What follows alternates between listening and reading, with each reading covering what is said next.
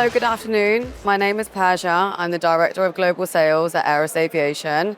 I'm sitting here with Danielle Piper, who is the VP of Sales for the Middle East for Killick Aerospace. Thank you for joining me today. Okay, so Danielle, I'd like to just talk about a little bit on kind of where you're at in Killick, what you guys do. If you can just explain a little bit about the company and just... Sure. Well, there's been huge growth actually over the last few years with Killick Aerospace.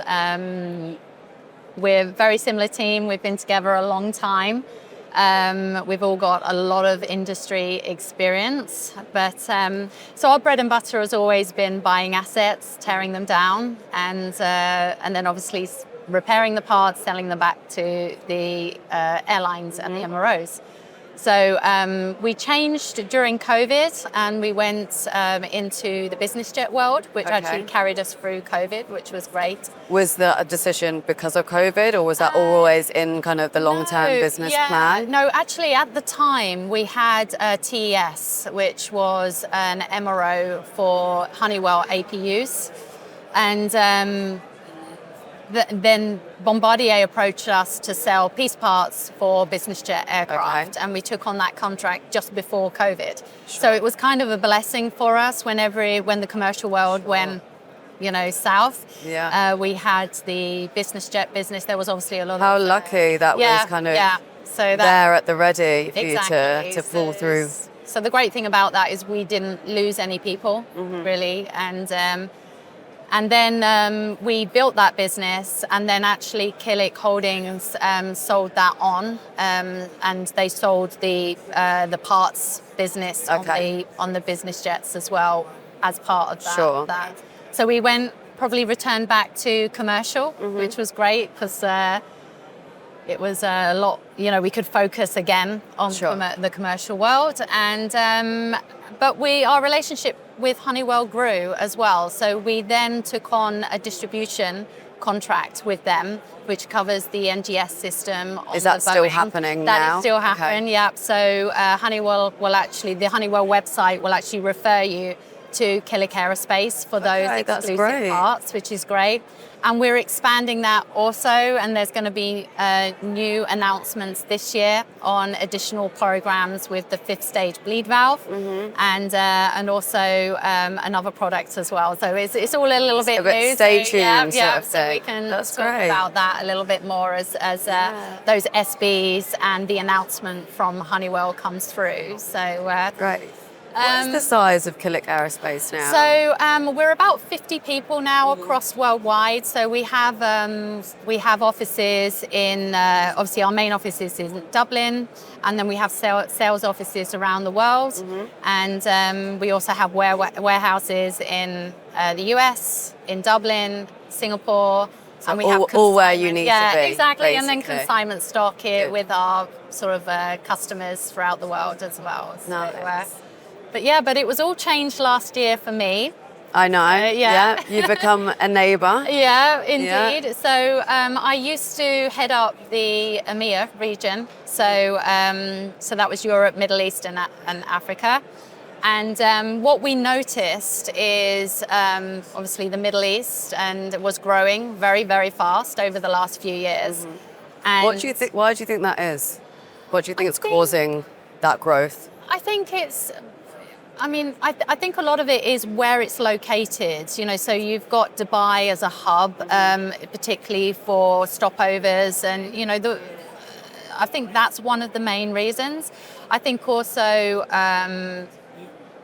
just growth in general. People are wanting to travel to this area, and the kind of increase in tourism has naturally had a positive effect on this side of the industry. Exactly. Yeah. But I think you're also seeing, economies like India, for example, you're seeing a huge rise in the middle class, society there. So you're getting a lot more travel coming out of those regions as well, which is fueling more aircraft, the need for, obviously more tourism coming out. So I think what you're finding is a lot of the new aircraft, and there's a lot more orders coming out of this region. A lot more activity, therefore Exactly. demand is just naturally increasing. Yeah. I mean, even here at the Dubai MRO Middle East, shall we say, this has grown so much in the past few years. And I know you've always been an attendee to Yes. the Dubai Yeah. MRO, right? We've Yeah. always seen each other every Exactly. February. Yeah. How are you finding kind of officially relocating over to Dubai? Because prior to this, you were living over in Cyprus. I was. So yeah. very Yeah. different kind of environment to here. Have you settled in nicely? Is it working for you? I mean, I've obviously come as a family and not as a single person. Yeah. So I think Dubai was always about a lifestyle for the young, the influencer, the bling of Dubai, etc. But we're seeing a lot more families move to Dubai now. And I think you'll see the schooling system's really good here. So my daughter's settled in really well. And we're enjoying it.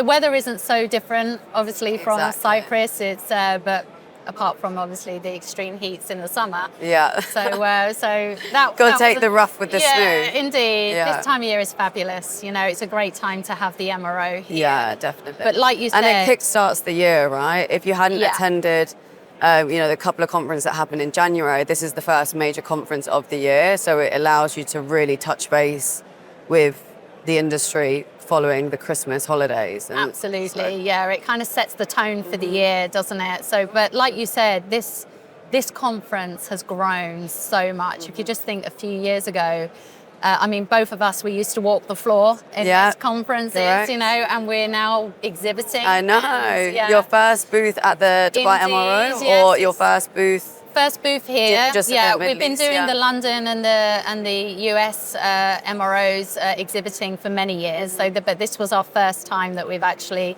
invested in a booth here, and I think it's kind of needed now. Because it's grown so much. It's become.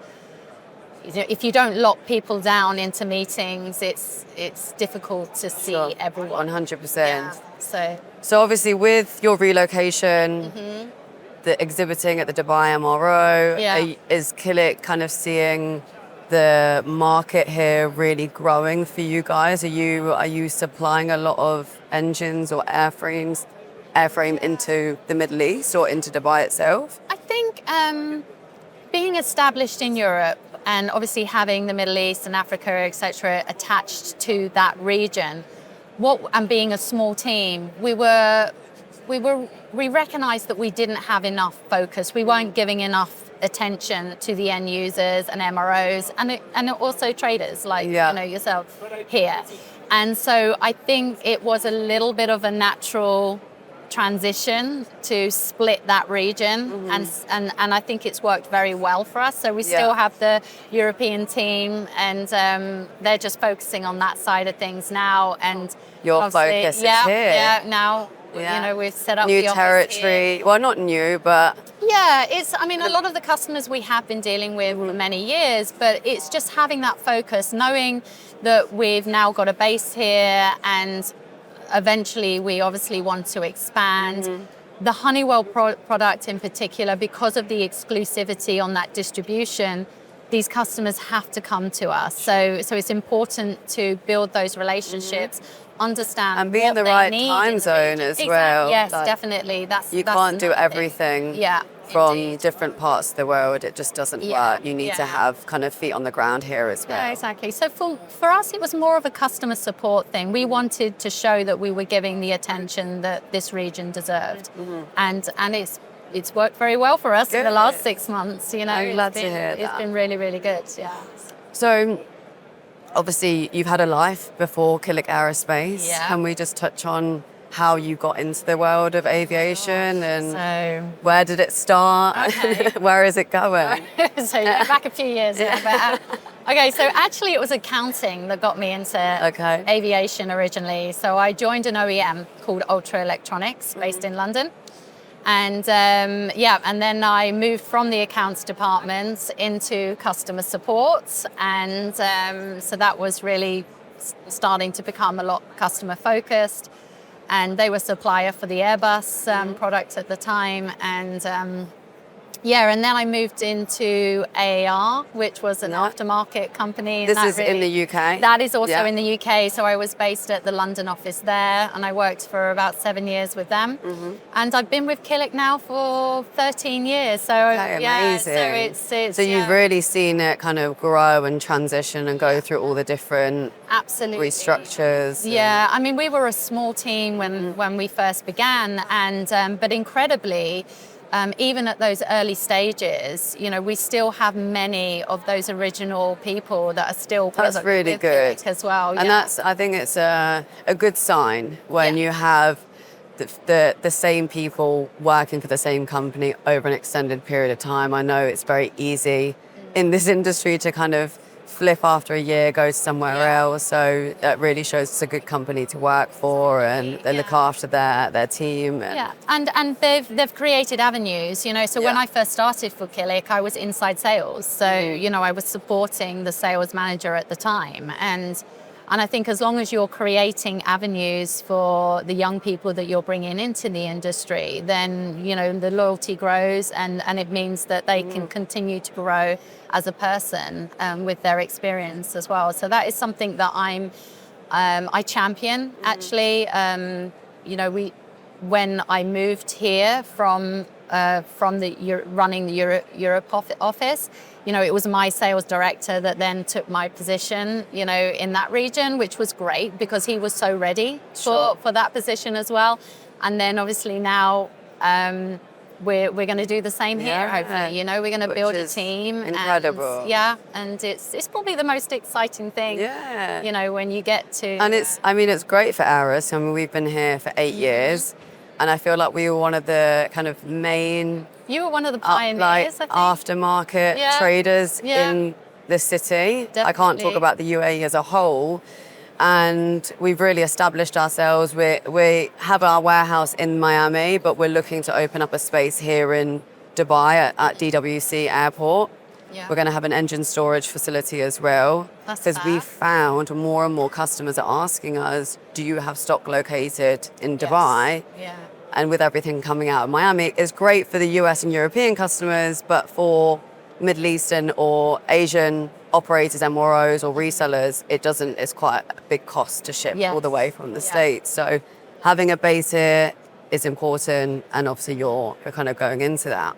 Yeah, definitely. That's it will probably be Honeywell product to begin with, and then when we become a little bit more established, and you know, the stock that we hold here will be defined by the airlines and the MROs that require it, really. So you like kind of cater around the demand. And there's a lot more facility here for it now. You know, we're seeing more OEMs move in here. We're seeing, you know, MROs expand within this region. So the warehouse space is becoming available as well. It is. You don't necessarily have to go it alone. This is the great thing about aviation. You know, there's always a partner. For sure. Well, other topics, obviously we've been working together for a good few years. It's always nice to work with other ladies in the industry. So I have to ask, how have you found working as a woman in a very male-dominated sector? Has it been, I don't know, has it put you at an advantage, you feel like, in your career, kind of standing out from the crowd, or have you experienced obstacles? I think both, actually, definitely. In my experience, I can't say for everyone, but in my experience, I think sometimes you've had to prove your worth or you know, that you know what you're talking about a little bit more maybe than your male counterpart to be taken seriously in the room. I think it does need a stronger personality because you can't be afraid. You know, if you've got to speak your mind, I think, as a woman as well in this industry. It's really nice to see over the years that I've worked in aviation that there are more women generally now. But I think Dubai is really is really forward thinking in that. You've got, you know, there's a lot more schemes now. There's not a lot just of women, but just to bring in young professionals into the aviation sector. And I know Aeras has taken advantage of some of those university students, you know, that have joined the team. Like our sales team in Dubai is two young ladies that Yep. finished university here. You know, they studied at the Emirates Aviation Yes. University Yeah. and brought them in Yeah. fresh into kind of entering this world, and they're doing great. And Yeah. I love that. I love to see other ladies of kind of younger women and working with women Absolutely. in this industry. To me is definitely a preference. Yes. Yeah. Yeah. It's familiar ground. Yeah. You just feel at ease. You both kind of know where you stand, and there's no kind of awkward lines that There's a sisterhood. Yeah, I think there's a yeah, sisterhood yeah, in women in exactly. aviation. For sure. You know, you certainly make friends. You Yeah. know, and I have to relate a story. Actually, we're going back maybe 15, maybe more years now. But I remember we had business in Istanbul, and I decided to put together a ladies' night in Istanbul. And so we invited a lot of the women that we already knew in different airlines, brought them all together. And it was quite funny because the men were like, "We're not invited," and we were like, "No, Yeah. no, it's strictly a ladies' night." I love that. And we had a great night. And even now, when I see those Oh, ladies, it's still spoken they about. still talk about, remember the time we did that, because it was so unusual at the Yeah, time.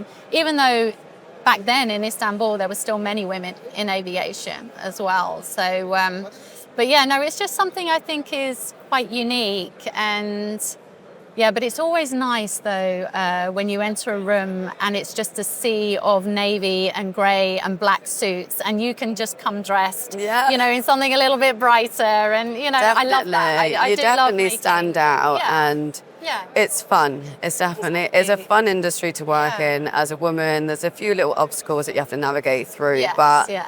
if, like you said, if you've got a strong personality, you know what you're talking about. Exactly. You know, what difference does it make, sort Yeah. of thing. Yeah, so yeah, yeah, but good. Well, look, thank Yeah. you so much. Thank you. Really appreciate the opportunity.